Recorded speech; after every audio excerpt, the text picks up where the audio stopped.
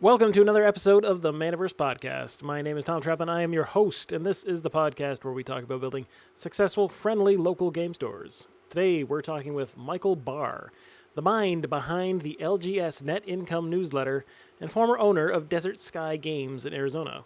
Michael relatively recently sold DSG to another game store owner, and I say relatively because I've been sitting on this recording for way too long.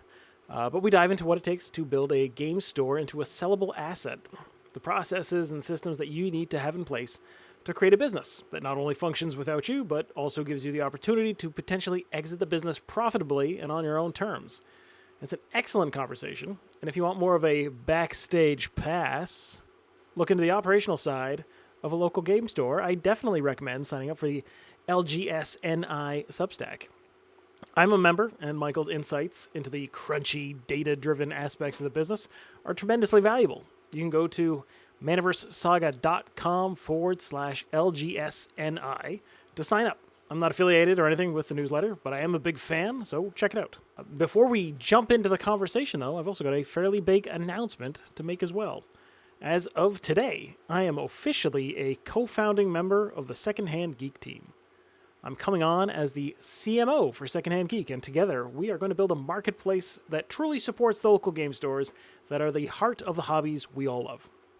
If you haven't heard of Secondhand Geek yet, check out my interview with Alan Blakebrough in episode 138 to find out a little bit more about what that's all about. But I am very excited about the future of Secondhand Geek and how it will change the way hobbyists buy and sell online, while also giving back and supporting the local game stores that built up those communities of gamers that make everything possible in the first place. 2024 is shaping up to be a very interesting year. Now, let's jump into the conversation with Michael Bahr. All right, well, welcome to the Manaverse Podcast. Mr. Bahr, thank you for joining me tonight. Thank you, Tom, so much for inviting me to be on. I'm very delighted to be here. So, what's new in your world? What's happened recently? You know, it's been same old, or what's changed? I am suddenly unemployed. But, no, I guess not technically so.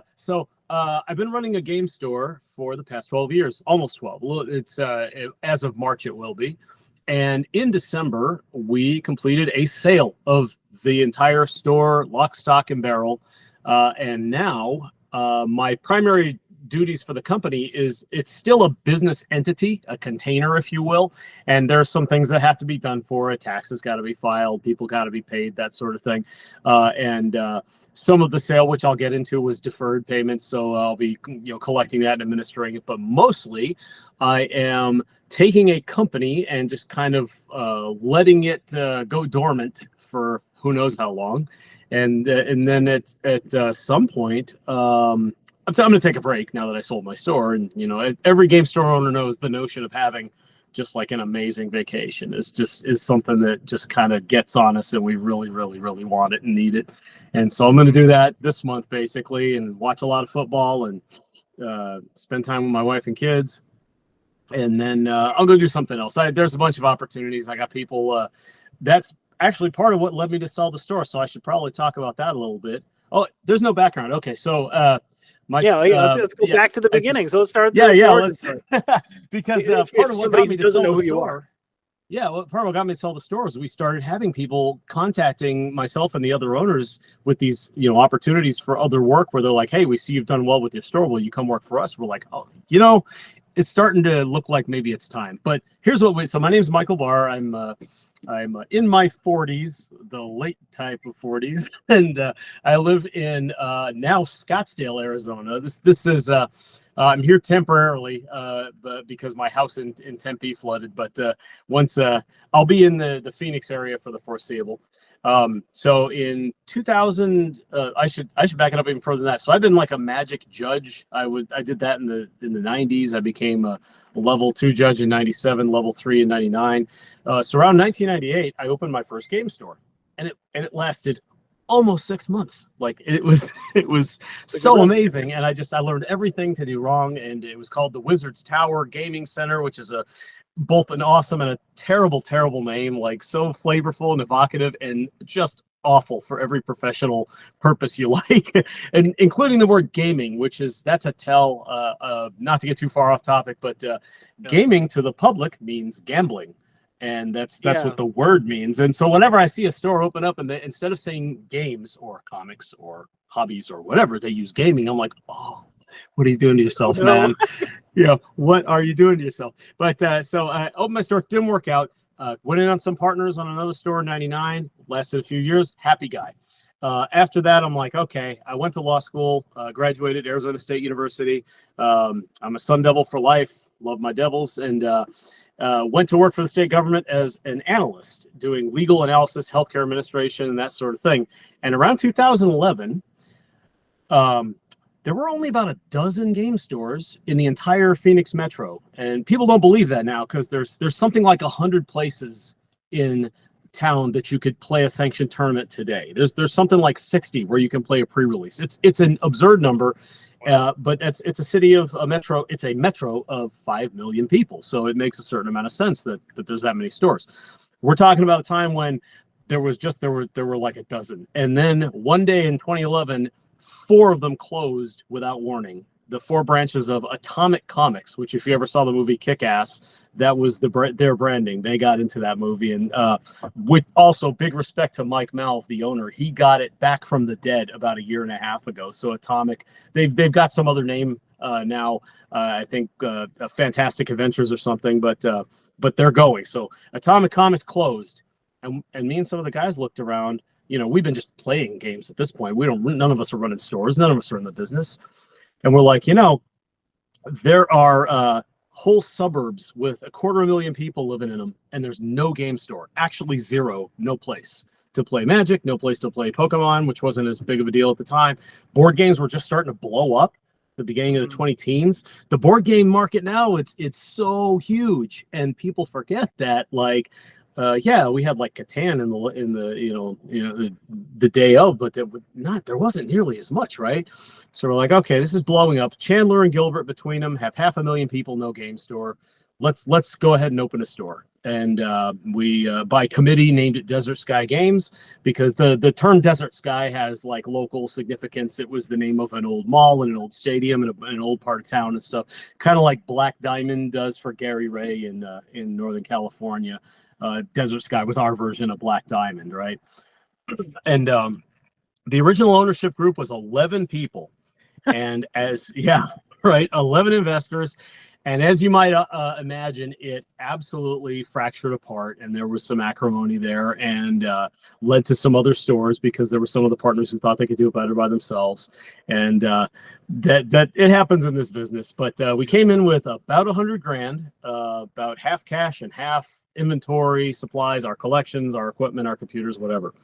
Now these days, that's not enough. That's not gonna. You can't run a real store on that. Back then, it was considered more than most stores were bringing in, and we thought, oh man, we're capitalization, right? Strong, yeah. So we opened the first location in Gilbert, Arizona, which is a suburb way southeast of Phoenix. And Gilbert and Chandler kind of sit next to each other. And Chandler is where I was living at the time and where the store ended up being at once we moved. And let me think. It says, August 2012 was the open. And so now I was still working for the state. I was still doing, legal analysis all day. I wasn't actually supposed to run the store. We had our general manager, Mike Gerard, who had spent years with Upper Deck and Decipher and all these other major publishers, and who was an expert designer, and he was going to be running the show. And in fact, as the face of the franchise, he was great because he was popular and he got rapport with the players. And that was actually, I think, the dynamic when it was just Gerard and I running in the early days was pretty healthy. The problem that you have is when you have an ownership group of 11 people, you start having factions and infighting and so forth. And one of the factions kind of strong-armed me to push Gerard out. I felt bad about it at the time. I think to this day that was a mistake. He just went and he founded his own store, and he did that for a few years and then went to work for a competitor. So he's well situated now. Then the guy behind the strong arming was Patrick and Suzanne Hugg. So they finally broke from us in 2016, telling me I'd be bankrupt within a year and that they were going to leave the industry. And then they didn't leave the industry. They opened Athoria Games in Tempe, which is where it was in Mesa at the time, which I know you've seen that you've had on your podcast as well. So, but I actually watched those interviews, and that Brendan guy seems pretty smart. He's got his head on straight. So I think I'm a fan of that like guy. Brendan a lot. He's yeah, like a pretty wise man. But so I am though happy to report to the owners of Athoria that no, in fact, instead of going bankrupt, it lasted 7 more years and then sold. So it ended up working out. Yeah, quite the opposite of going bankrupt, actually. Yeah, leave the analysis to the analyst. Okay, right? Like I'd like to, but in all honesty, though, they've got their own niche, they've got their own audience, and it didn't really matter for my store moving forward. So as soon as they were out, it was just me and the remaining owners who were kind of I would say in my camp, but it was my responsibility to kind of run the business for everybody. I was supposed to be the back office, cut the checks, do the finance, do the analysis, do the stuff, and all of a sudden I'm the only one available to actually run the store also, and then we have our employees, and that's not my skill set, and it's never been my skill set, and my employees will tell you, any of them that you ask, that I try, but that they've definitely had better managers in their careers than me. But the reality was, I kind of knew the fundamentals, some of which I've talked about on the blog, and some of which we'll go over a little bit today and stuff, and just kind of tried to keep shuffling on and surviving. And then we made it a few more years, upgraded to a much bigger location in Chandler's, well over 6,000 square feet. It was enormous. We acquired another store from Tempe as part of that and just kind of combined it all into one giant store. And then the pandemic just completely caught us. Like we knew it was coming too, and we couldn't slow down fast enough. It was kind of like everybody, like, oh my goodness, how am I going to have this gigantic store with all these empty tables and no one's even allowed to come in? And nobody can play, and shopping is impaired, and so forth. We were very tense time. Yeah. It's like, thankfully, by that point we had a giant pile of inventory, and we just kind of leaned on it and just, okay, we got to sell what we got to sell. The money ain't coming in as good as it should, but we can survive this. And then they say that you're not supposed to make policy based on black swan events. Well, we made policy based on black swan events. We decided we never wanted to be vulnerable to that again. So we started planning with the landlord. Let's go to a smaller location within the plaza. He had a bunch of openings. He was happy. He was good to do it. And then we had a fire, and we had to do it anyway. And it was the craziest thing, because we were talking about, he's all, oh, I've already found who's going to replace you in the big suite and so forth. And, we've got your opening. And I says, so how about that thing we were going to do next year if we just do it right now? And they let us do it with amazing numbers, and it was awesome. And that in the post-pandemic era, I think the location we ended up with, same plaza, same place, was just a little bit too small, but it was closer to correct for the new way moving forward. For the model we had, which was heavy on collectibles, I was heavy on video games at the time, heavy on cards, stuff like that, heavy as a transaction destination, not too worried about how many people get to play. We've got our tables. If they fill, they fill. If they don't, they don't. Whereas with the big location, man, if I'm not filling that place up, something's really wrong. And now the model for what works in our industry just kind of evolved that entire time, because by now we're at like 2022, and used to be, you could go kind of big and it was pretty good and still be kind of a generalized store, and you can do that in some contexts. But now, if you're going to scale up, you better be scaling way up. Like you better be a behemoth, because that's what makes the big model work now, is having so much volume and so much gravity that nobody can possibly stand and compete against you or whatever. But I'm getting a little bit ahead of myself again. We got to 2023. Yeah. So there was some crypto money. Everybody did okay. We did okay too. Got into 2023. We're like, okay, so, we can make it to the end of the lease. It would have been 2025. we don't really have to do anything special at this point. The store is in its correct final form. And then we started seeing what happened earlier this year was everything tightening up, and the demand got softer, and the card releases, like especially Pokemon, started kind of going low demand and just slowing down. And the other Mikes and I, because by now all the remaining owners were Mikes. And so we call ourselves the Council of Mikes. We literally that's our group chat, and that's our and we're doing like a celebratory steak dinner tomorrow night to celebrate the sale of the store. We put it off till now, so the Council of Mikes kids. But we said, let's start planning to finish up at end of lease. Let's start planning to get to not continue. This way, we've got all our stuff. We can start selling it off. We can make a bunch of money, and then we can just ride off into the sunset. And then as we got into the fall, we're just like, man, we should just try to see if we could sell right now. We were like, if we can do this at end of lease, there's no reason we can't do it right now if we can find a buyer. And we reached out to a few different parties, and the party that was serious right away, and that I have to assume, because I don't know what he was thinking. We sold the store to Dustin Ochoa, Amazing Discoveries, which has now 5 locations in Arizona so far. They had 4 and then acquired ours. And I think us selling fit into his plans. And he's very reserved. He keeps his cards close. So I have to use my kind of analyst hat. And I think that he was looking for a new opportunity to expand, and that we were well situated for that. So it was one of those things with your chocolate and my peanut butter, and and it worked out okay.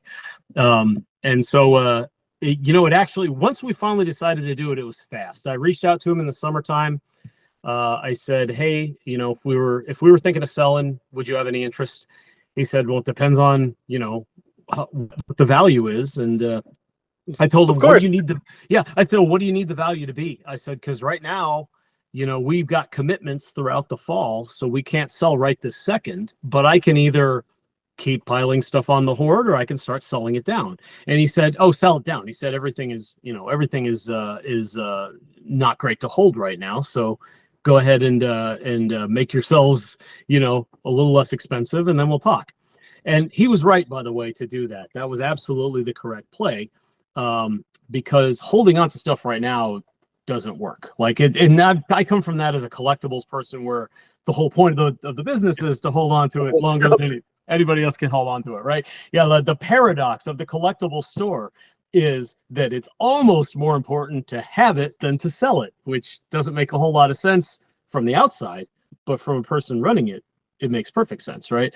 And then, so we started just absolutely putting stuff in the blender on eBay and everywhere else, and just running sales and doing whatever we could do to get that number down before giving him the inventory sheets and the non-inventory asset sheets.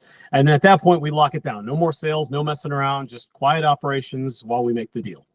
And he liked what he saw. He wanted a deal that was shaped a specific way, and he said, hey, if you make it shaped like this, I can give you this much money. And we were like, hey, I like that much money. That much money is that's a good much of money. And so yeah, over the course of maybe 48 hours, like we got together, I got together with the Mikes, we met on it.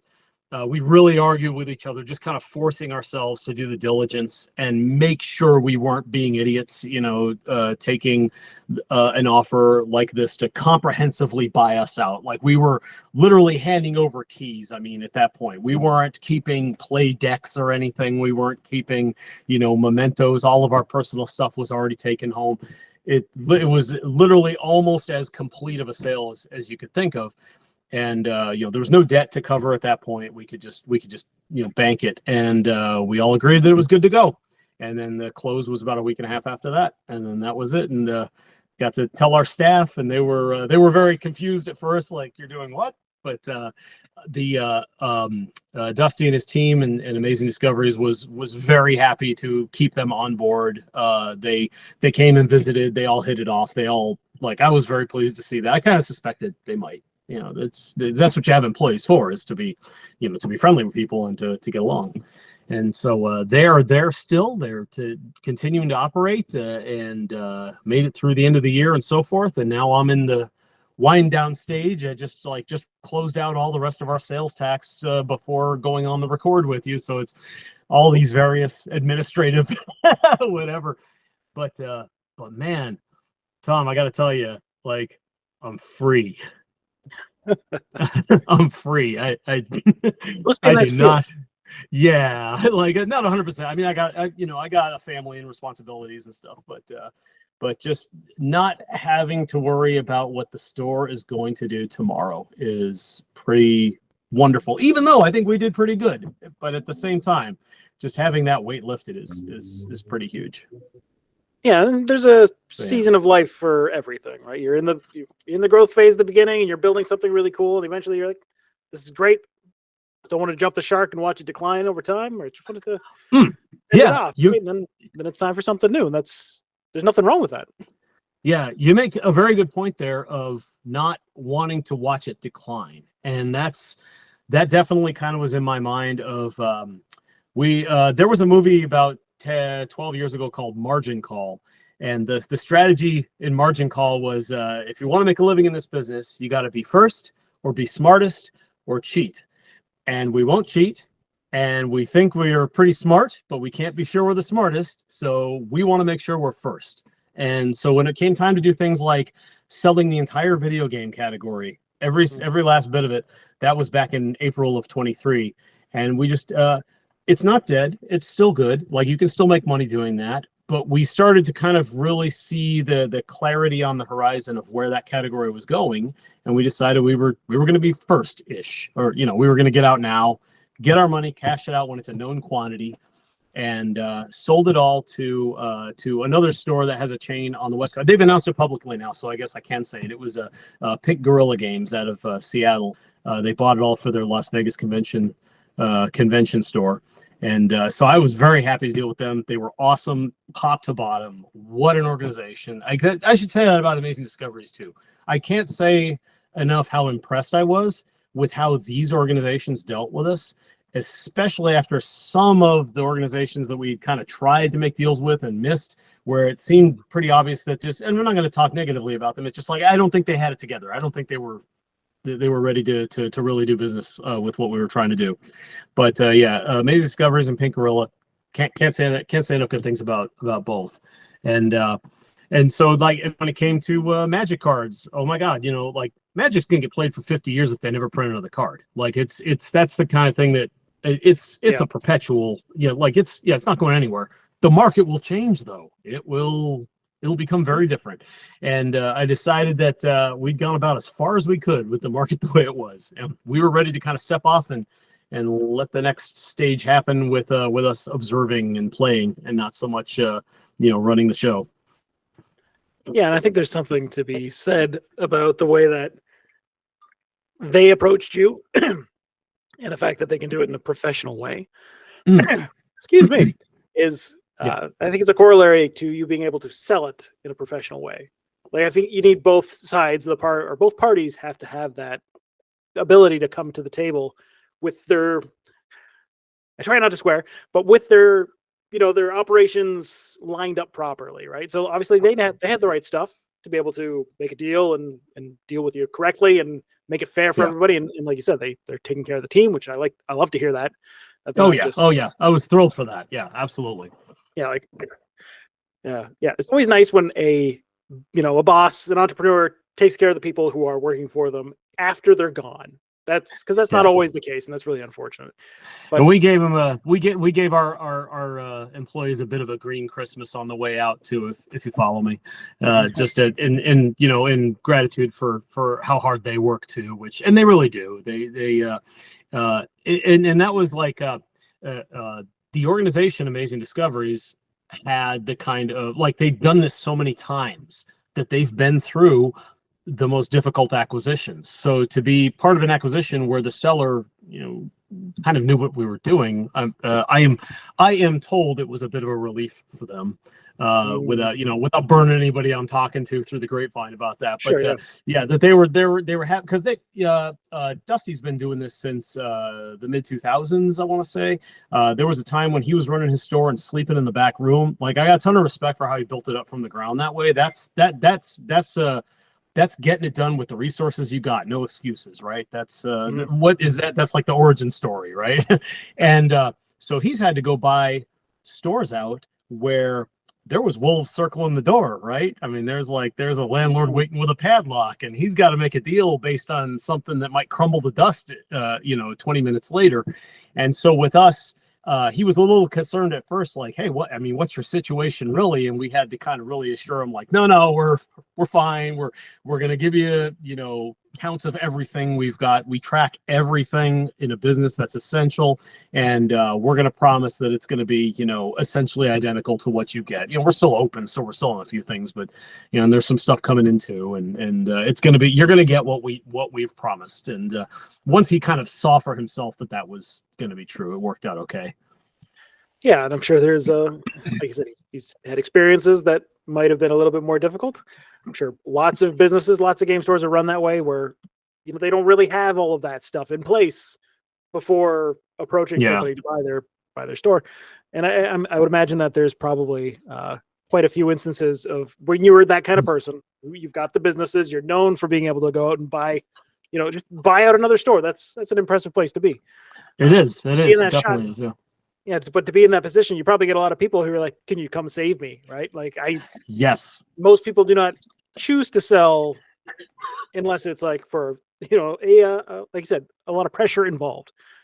They're looking to escape with their lives, right? And it's they're looking to and if you're buying that, I mean, there's no time for promises. There's no time for good feelings. And I've been to the auctions where the landlord is auctioning off the remnants of the store, and all the other store owners are there trying to kind of pick the carcass, and it's a bloodbath. And I remember being there as the buyer thinking to myself, oh my God, let us never get stuck on the receiving end of this situation, because what can you do? You can only you can only get like bottom of the market for whatever you've got. That's all that's left, right?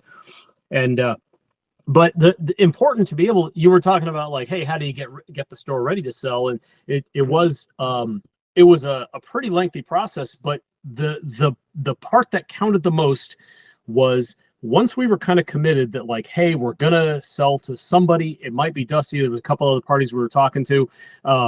We have to count everything. We have to make sure exactly where all of our assets are, where all of our money is, where we have to know, hey, when do our contracts end with like our cable internet provider, with our what is our landlord going to do when we try to have somebody assume the lease or replace the lease. And it turned like, for all the worrying, our landlord like 100% played ball with us whole way. It like I didn't need to worry about it, but like that's the best situation, right? Is that you worry about every possibility and it turns out you're okay anyway, right? Yeah. Best landlord I ever had in all the years I did any kind of business. I couldn't believe how great it was to try to rent in the McRae Plaza where we were. I can't say enough good things about that organization. But you got to be selling something. A lot of people, oh yeah, I've got a business and there's people coming in and you can make money and there's some profit in it. Well, what's that? That's a whole lot of wishful thinking, and put that in one hand, and what do you got, right? That as the saying goes. So I wanted to sell something that was basically as rugged and like tangible as possible. Like, hey, look, yes, there's a value to an ongoing business. I know you're buying it because of that, but I'm going to substantiate what I'm asking for by saying, look at the stuff. Look at the stuff we've got. This is what we're selling you, and you can do stuff with it. And that ended up working out. Yeah, and with most stores, the value of their business is the value of their inventory. Like that's the way pretty much every business starts out that way, because you haven't built any of the systems or any of the, the processes into the store to make it like an asset. It's more of just you have the stuff. And like you might have some goodwill, or you might have some community who knows who you are, but that's not really worth anything unless it's so well established and documented in some way, right? Yes, So that yes. makes me wonder, like, how much of the like lead up the last few years, obviously, tons of transition, tons of transformation. How Mhm. much was building those processes and like creating the documentation? I imagine you're an analyst, so I'm sure you've got a million spreadsheets. Oh yeah, just because we got to keep. I Excel almost everything. I digitize everything. One of the things I kept, and I preached a little bit of this in the blog too, is just for goodness sake, save everything digitally. I know the cloud is just someone else's computer, but seriously, you got to save it. You got to have it all because if you can't improve what you can't measure, and you can't measure what you can't count. And like, so it comes down to like, that was one of the things that even when I had, partners that were at odds with us and they were departing and so forth, they knew after the fact that we were going to be able to, keep going based on, how should I put this? I'm not sure. I kind of tangled my phrasing here. But anyway, we got a reputation for being the ones who always tracked everything. Our store credit was gold. You were never going to lose any of it. Our inventory was known. We were never going to, if we were never going to lose track of anything that you wanted to get, that we said we would have for you. That was, I really kind of banked on making the integrity play, toward, especially toward the end when we were, looking to try to sell. That came in kind of handy because they knew how I ran my business, that they knew that it was all by the books, that there was, that we were one of those companies where everything was on a document somewhere. And so they didn't have to guess at what we might be doing behind the counter. And I said, like, we had, it actually kind of almost backfired on me. One of the other parties that I was negotiating with for the store, and I mentioned this a little bit on one of the paid exclusive articles. They wanted to see really deep stuff like our profit and losses and stuff. And at first I thought to myself, okay, why not? I'll let this guy see what our numbers look like. But then he's like, oh, what's this happening here with your singles? Why did you like sell, 6 figures of singles in like 2 months in 2022, which is something we did. And, we thought that with the way the industry was shifting, that was a time to go ahead and get out of that. He's like, well, that doesn't make sense to me. Now I don't know how your singles look in the context of your operations. He said, do you have a normal year? So I sent in 2021 and there was a store fire. So there was a whole bunch of one-off expenses and stuff to move the store. And we were closed for a month in the middle of the summer, and we spent $15,000 on a floor for the new suites. And he said, oh, this isn't going to work. What else can you send me? Well, 2020 is an exception for everybody. That year is useless, right? And 2019, the concept of a normal year is like, yeah, it's been so long since that's been true. Yeah, so I didn't have a normal year to give them. It's kind of funny. We got stuck. I never resolved that. Around the time we were stuck there was when the discussions got serious with Amazing Discovery. So I'll never know if we were going to get out of that tangle or not, but I'm happy with the offer we got. So there you go. It's, at some point, if you're buying, you just kind of got to make a decision. And it's okay if that decision is no. Not every deal works out. Yeah, of course. And not, excuse me, not every store is right for every buyer, just like not every store is right for every customer. And that's okay, right? Just because it's not for you, that's all right. Maybe we're not for you, we're not for each other. You'll find somebody who's right for you, right? Like, it's all right. It is. Oh man, this industry will teach you, sure enough, if you don't already know going in, that, man, there's stuff that's aimed at an audience that is just nothing like whatever you're interested in. And it took a little bit of it was pretty quick to pick that up on the store owner side. And to this day, we have a hard time conveying it to the newer players because they get into this amazing hobby and they plunge right in and right into the deep end. And it's just this banquet of content, especially because like tabletop is better than it's ever been. Well, there are thousands of titles. Like on a yearly basis, there's thousands. And it takes a while for them to realize, like, you don't have to actually do all these things. Like, you don't have to play general tabletop and Magic and Pokemon and Lorcana and One Piece and Warhammer. And like, you can just kind of do a game. You're allowed to do that. And that takes it takes a little bit of the pressure off. I think they finally get to relax a bit and say, like, okay, there's going to be something there tomorrow for me to play.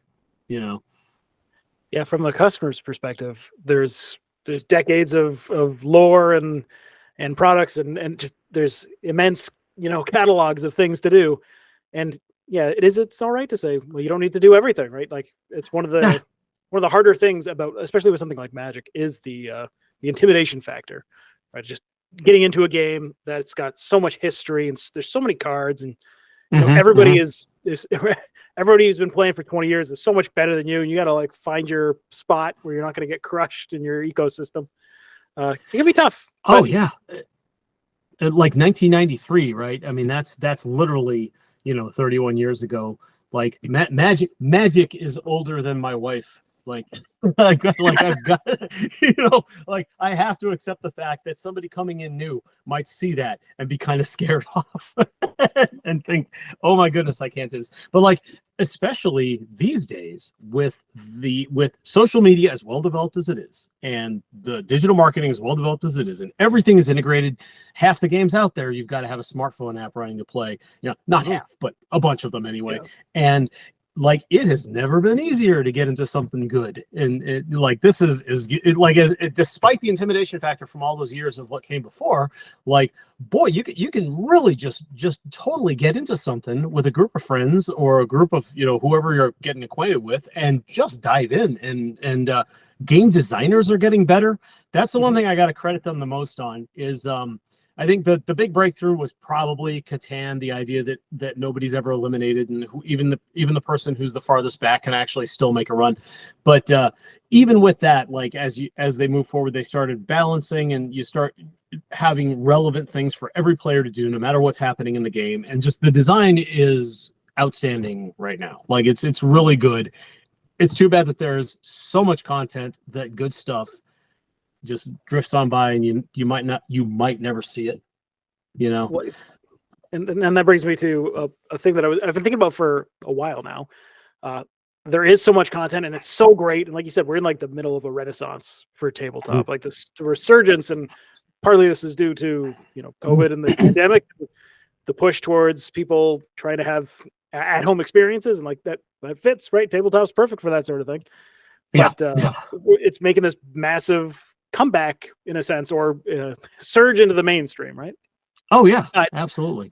So like you've got the opposing force of like there's so much noise, there's so many things coming at you, you don't know what to really pay attention to as a consumer, right? You don't know which one's going to be the one you want to invest your time into, because the games are an investment. But that also increases your value as a retailer, as a store owner who can be the guy to be like, well, what are you into? What do you like? What kind of games do you like? What kind of books do you read? Like, I can find almost the perfect experience for you because this is my expertise. I got you covered, right? So in a sense, being a guide, being somebody who can show them the way, into this hobby, makes the game store owner, makes the store, the employees, the people who are the authority, I don't know a better word for it, the experts, right? These people are the ones who can really like bring somebody into the fold. And that you can't get that experience at a Target or on Amazon. No, and like I accept that these other platforms exist, of course, and like even when I'm still running my store, I get it. It's very easy to pull out your phone and tap, and a drone's going to bring you a game or something like that. And never mind that their workers are in miserable conditions or whatever other concern that oh, we don't have to think about that. But even with that, even in the hypothetical where there was some way to get the product without any negative externalities, the local game store still serves as important curation. And I think the publishers are starting to realize that like you've got to exert some amount of downstream control so that there can be how do I phrase this? If your game's irrelevant in person, your game is going to fizzle out. And it doesn't have to be a trading card game or a tabletop minis or something like that for that to be the case. It can be just a board game.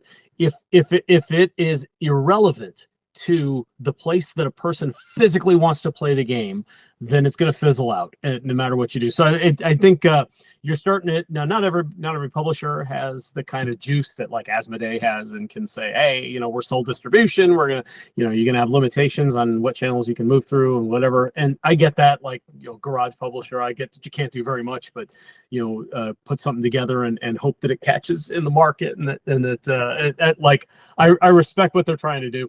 But companies have figured out that you've got to have some kind of control over the end of the channel. Otherwise, the channel starts to kind of rot from the inside, and then you can't keep your products going. You can't keep because this was something that was actually still current when I was in law school. Was the what they call vertical restraint of trade. The case, the Ligon case, which is the one that is controlling now, was going through the courts and went to the Supreme Court in, I want to say, 2006 season. And that was where they said, no, you can control vertically your own dealer network in a niche industry. That was the way they put it, in order to maintain the health of that industry and have it not be a restraint of trade. That was the argument against it. It was being held against companies like Apple and Nintendo and Ping, which makes golf clubs and a couple of other things. And we, because I was in law school at the time, they mostly showed us case facts having to do with Ping, because everybody in law school knows what a golf club is. Not all of them understand, what's going on in the world of like super niche, entertainment products. But at the time, they had their dot system where you would have a certain type of set of clubs that were exactly right for a person of your measurement and swing type and so forth, dimensions, and only a Ping dealer could sell it. And if you tried to resell it, they'd come down on you. All sorts of things. You couldn't get any kind of distribution of it unless you agreed to sell it using their minimum pricing and their minimum.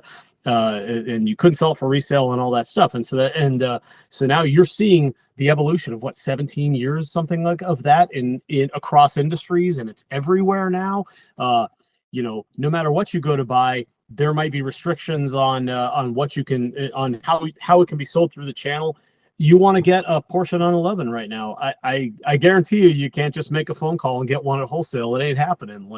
They've got control over that channel. And now at the very top, you have companies like Games Workshop. They in very top of our industry, I should say. You have companies like Games Workshop, relatively tight control. I'm going to go ahead and mute the telephone call coming in.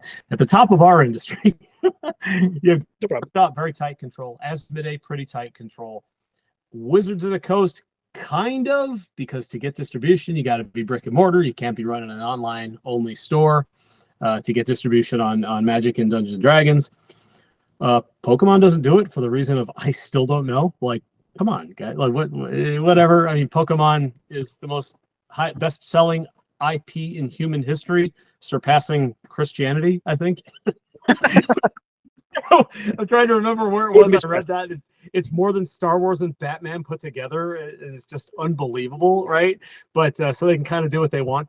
But at the same time, if there's no control, then it's a free-for-all. It's guys selling out of the trunks of their cars, and then there can't be a healthy game store ecosystem because who doesn't matter how community minded you are. If you can get the thing for 20 cents on the dollar, you're probably just gonna get it for 20 cents on the dollar. I get that, I got a family to feed too. I'm with you.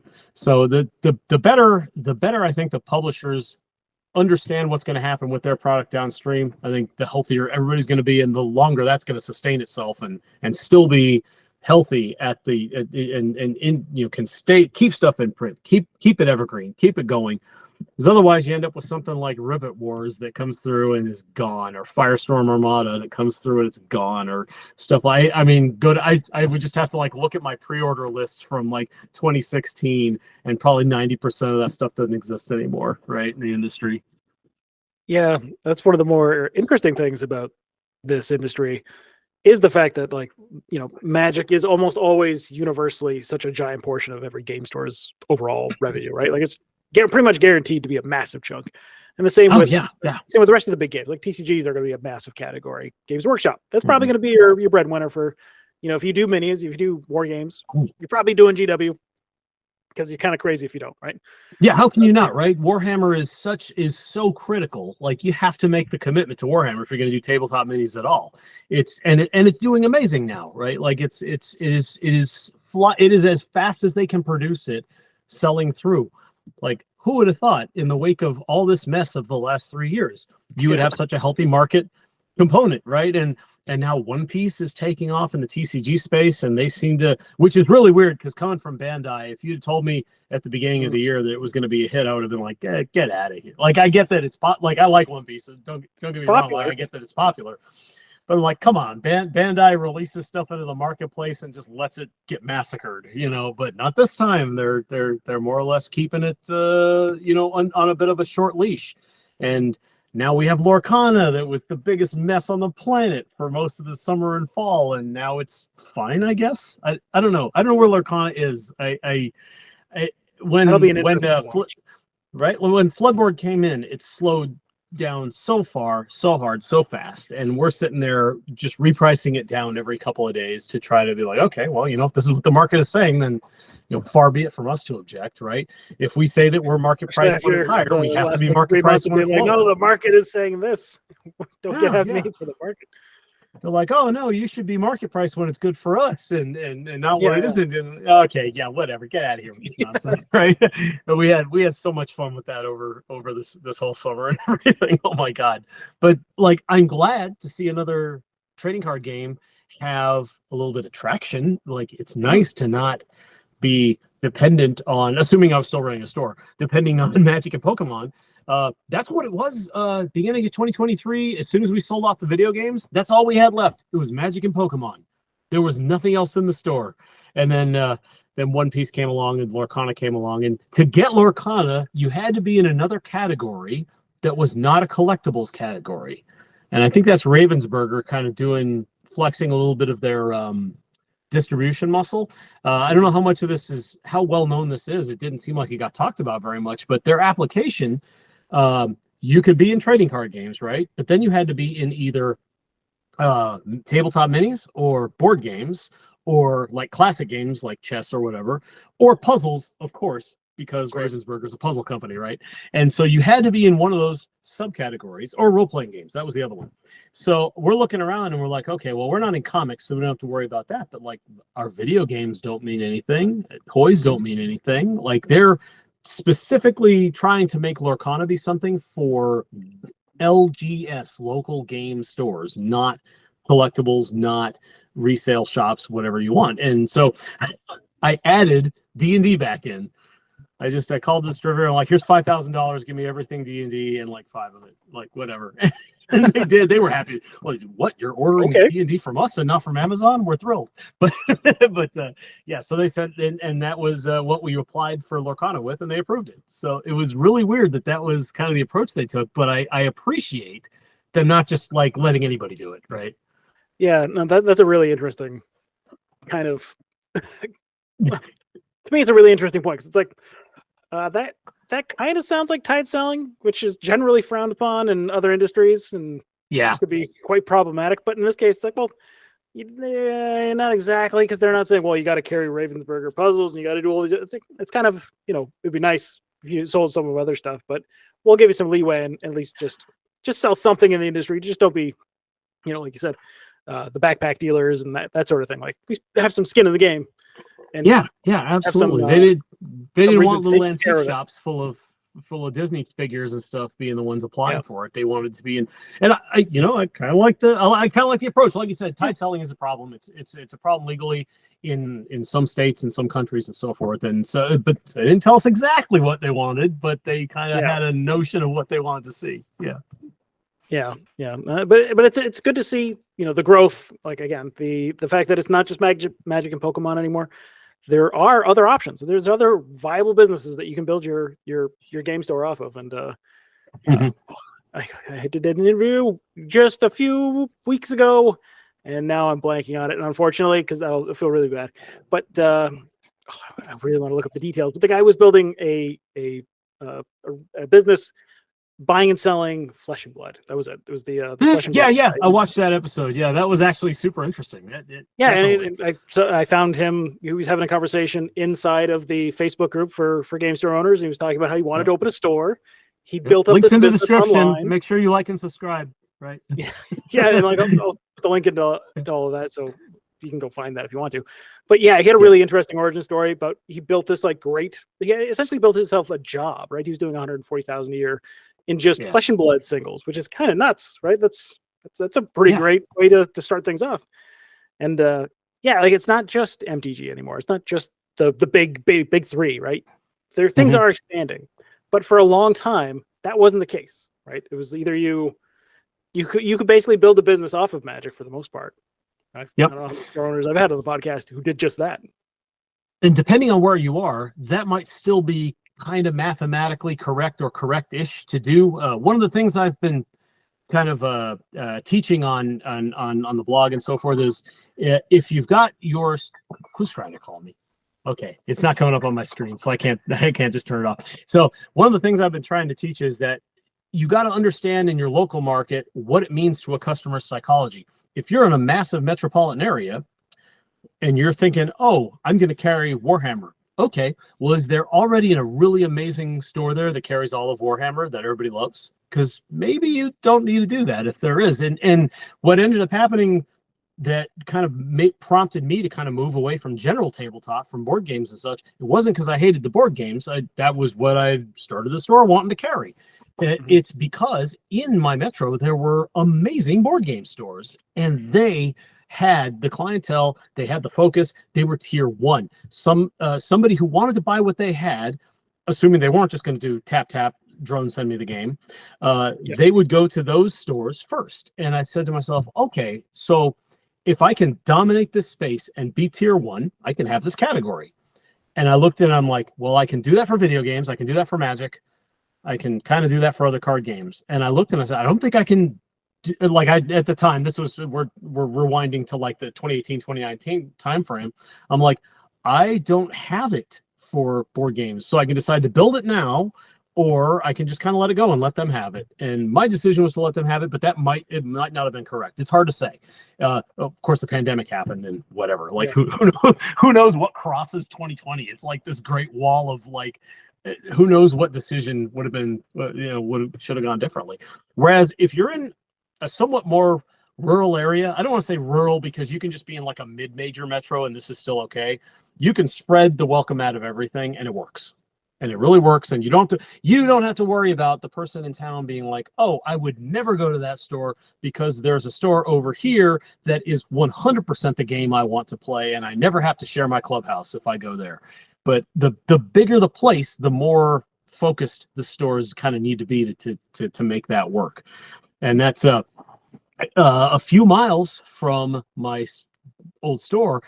They're about to open a Mox boarding house. That's a huge spread, but it's also a restaurant, and that's a big part of their value equation. It's the Mox boarding house, of course, for those listening in who don't know, it's Card Kingdom's retail offering. It's a giant palace of everything tabletop, and they'll serve you lunch and dinner while you're there playing. It's really impressive. I went to their one in Bellevue, Washington, and it's a sight to behold. So knowing that it's coming to Metro Phoenix is pretty great too.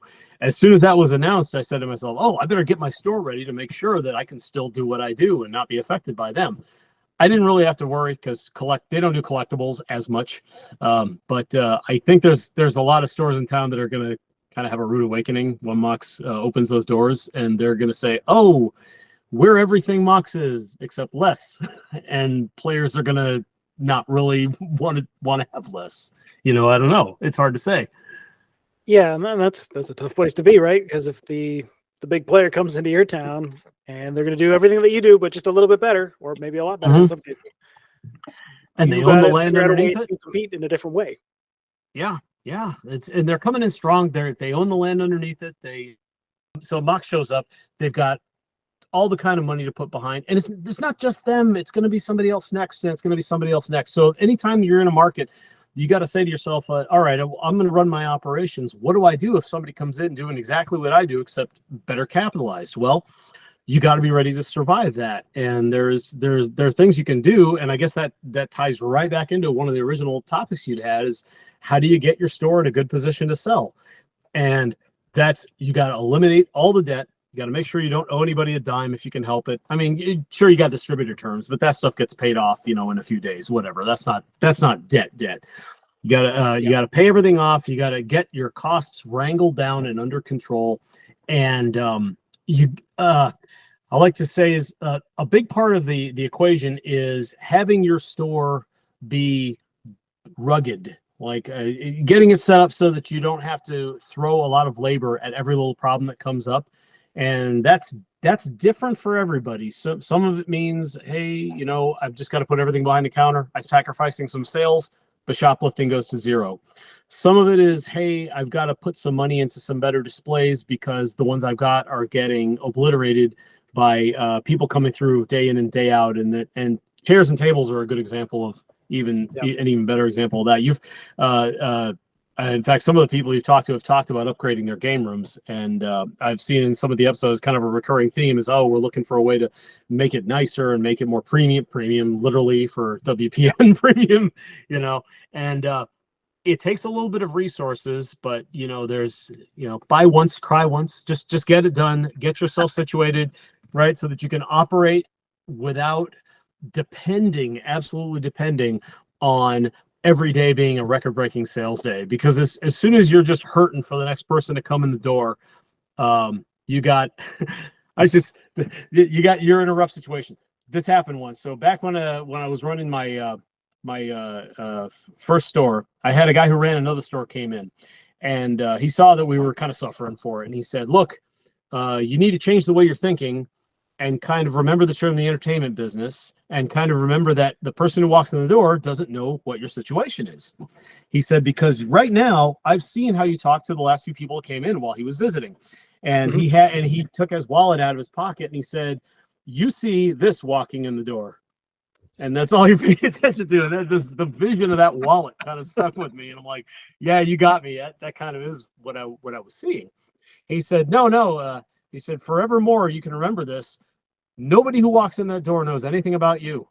Like, and in today's turn of phrase, we would say, I'm not the main character for them. They're the main character. I'm just the NPC. I have wares if they have coin, right? So they come in the door and they're looking for something that's going to delight them, or they're looking for something that they can put on their mental wish list, or even something they can buy right then. Their life is happy. After all, they're going shopping for games. And that really, really helped. Over all the years of like, oh my goodness, there's some other store, they're spreading rumors about us, they're being jerks. And we just got to remember, I would tell the staff, just don't think about it. The person who's coming in the door doesn't know any of that. And, oh, what if they do come in and they do know something about that? Well, just don't worry about it. Call for me, I'll come and dismiss them, whatever. But the person coming in the door is probably just somebody who's looking for something fun, just that. And if you can stay in that mindset and just kind of let the rest roll off your back, you know, you'll be okay, even against that harsh competition. Or what, you know, if it's not somebody with a lot of money, it's somebody who's really loud, who's got a store that's not too far away, and they've got all the town loudmouths there, you know, talking about how good they are and how awful your store or every other store is or whatever. We've seen this in every community. There's always someone trying to stir the pot or whatever have you. And it never matters. It even when you think it should matter, it never matters. A store in Metro Phoenix got caught buying stolen collections. We found out that they had power from one of the local judges, and literally nothing happened to them. Zero consequences. We thought, oh man, the players will never go back there. The players, you know, like they'll have an empty store. They're going to totally go out of it. Nope. It didn't matter. What ended up happening was everybody that banned somewhere else just went to play there. It's like let them have them, I guess. Yeah, like capitalism found a way, I guess. You know, I don't know. But it's one of those where if you just focus on what your store is doing and what you can control, you don't have to worry that much about what the store down the street is doing if you're doing it well enough, you know, right? Yeah, and I think trying to get to a place where you're not operating out of desperation is a good aspirational goal. You should try to get to that point where you're not hurting, where, like, you know, you could have a rough week and you're still not sweating bullets, right? Like if you can get to that place, then you will have a much easier time staying there. It's kind of one of those weird rules of the world, right? Like if the ones who have get more and the ones who don't have anything, they get less, unfortunately. And for real. Mm-hmm. It's a weird distribution in the way the world works. And I've seen it myself, is that if you come at it, like when I'm talking to somebody, oh man, I'm dying over here. Yeah, man. Oh my goodness. You need some water or something? No, it's just a cough, just a just a bit of a cold. But yeah, if I'm having a conversation with a store owner, I'm kind of going over things and I'm talking marketing and I'm going from I'm explaining, okay, this is what we can do. This is how where your store is currently situated at. Here's some really cool stuff that you could be doing, right? Like here's some of the things that you aren't doing right now that could be really helpful for you. Mm-hmm. If you go into that and be like, I want money. I want people to work with me. I really want them to take me on, and I want to be like a partner in this relationship. That comes through, right? That people are like, oh, okay, and now I'm the pushy car salesman, right? Like, I don't necessarily want to sell you a car. I want you to find the solution you need. Yeah, absolutely. No, approach it that way. I'm not here to sell you a game. I want you to find the right experience. I want you to have fun, whatever that happens to look like. And if that means that's not today, that's not a thing I have. I got a frozen feed there. Okay, I got you. You're back. Okay, yeah. But if that means that, like I don't have what you need right now, that's okay. Maybe I will next time. Maybe I can bring something in later. Maybe there's something else that we can work out. Like there are other ways of providing value to somebody other than immediately getting a transaction from them. And absolutely, more long-term actually makes the long-term survivability of your business, of your store, of you as a person more likely than thinking in the short term.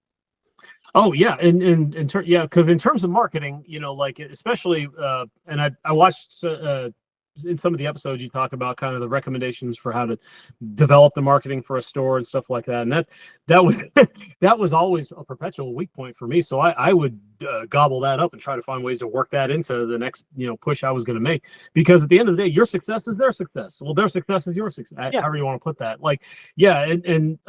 I think in the modern era, everybody wants to think that, business to business is just somebody looking to see if they can attach onto my business for some extra money. And if they're making you more money, then that's not the way that is. It's much more beneficial and much healthier than that. Yeah, and that's my first goal whenever I start working with somebody is to tell, like, okay, how can I get you an ROI immediately so that you feel good, you're getting, you feel like, okay, I'm getting a return. I'm seeing more customers coming through the door. That feels great. I want to be able to have this person continue to do this for me forever, right? Like this would be great because that's perfect for me. Yeah. That's the exact relationship, the situation that I want. I want you to be as happy as possible and loving it and being happy to pay me for the rest of time if possible, right? Like that's the ideal situation. I'm not in it for the short term, right? Exactly. And if the kind of stuff that you're developing is creating those arrivals, because that's, as a game store owner, that's the ultimate job, is to make it rain. People talk about, what's your job? Well, it's to do this, task. No. You own the business. Your job is to make it rain. Your job is to talk to who you have to talk to find the methods you need to find in order to get the human beings to come to you and transact with you and become a part of what you're building. That's what you got to do. And so on the marketing side of it, the education, I hope that you're getting through these stores that a lot of whom could really use the assistance. And in terms of administrative kind of chops and the dry fundamentals, I would like to invite everyone to read my extremely boring and and extremely drawn out weblog, LGS Net Income. It is a Substack, lgsnetincome.substack.com.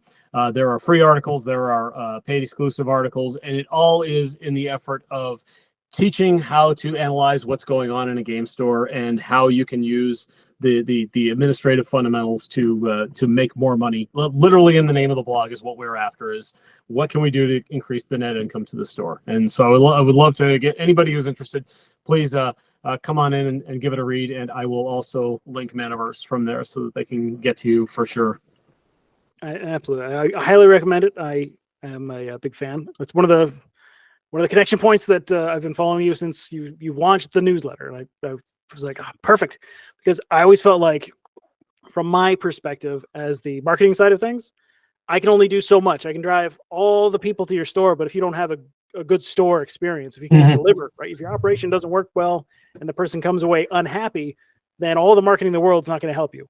So yep. I always felt like, someone's got the operation side, because that's the thing that, like, I felt like Gary does it well, right? His book's great. I like his blog. I like the stuff that he puts out there. But the nitty gritty, crunchy parts, I feel like that was something that maybe isn't being covered at the moment, but now it is. So if you're interested in that sort of operational stuff, you got to and you should be, right? Get your numbers right. You got to bring them in, and everything else kind of takes care of itself. Yeah, you got to be able to convert. People talk about, we gotta convert our arrivals into sales, and if you're thinking of it in a clinical sense like that, they kind of see through that a little bit, and you might get a little bit of resistance. But if you're creating a place that people love to come and be entertained and be delighted, and that marketing is getting them to show up, and then once they get there, they look around and say, "Wow, my goodness, look at what you have! You have all these things I love. What of these things that you have can I get right now?" I like to talk about our industry as being like the ultimate soft sell industry, because the more you can finesse the softness of your sell, the easier it is to have it move through and succeed, and to actually have business come back and be happy with you. Yeah, it's funny. It's one of those paradoxes, right? The more that you avoid actually trying to get money out of the person, the more likely they will want to give you their money. In a very roundabout way. Like, you just make sure that they're happy, that you've got like the right thing in the right place at the right time for them, and don't stress so much about trying to like close that deal or close that sale and make them get that transaction. And you are far more likely to have this person come back again and again and again and want to continue spending money with you. It's just absolutely. That was one of the few lessons that really worked with staff, especially senior staff who had been there for a while. They knew when we were having a slow day, and they would start stressing it and be like, "What are we going to do about the slow day? The last few people in have just looked right through us." And I'm like, "Don't worry about the slow day. Just these things happen. It's some days nobody shows up. It is what it is, or whoever shows up just isn't into it. Just remember what we have here is like an entire building full of stuff they love, or that they might love, or they wouldn't have shown up if they didn't think it might be, so like that circles right back to the whole, like, they don't know your situation, so don't worry about it. Like, worry about their situation. They just walked into a game store. They're ready to do something that's gonna make them happy. What do you do about that? And that's when you hope to kind of pick up and make that work. Yeah, I think remembering that you sell good times, friendship, fellowship, educational experiences, like that's the sale, that's the service that you're providing, and keeping that in context will make it a lot easier to do the day-to-day kind of stuff and keep pushing forward even when the days are slow and things aren't going quite the way that you want them to.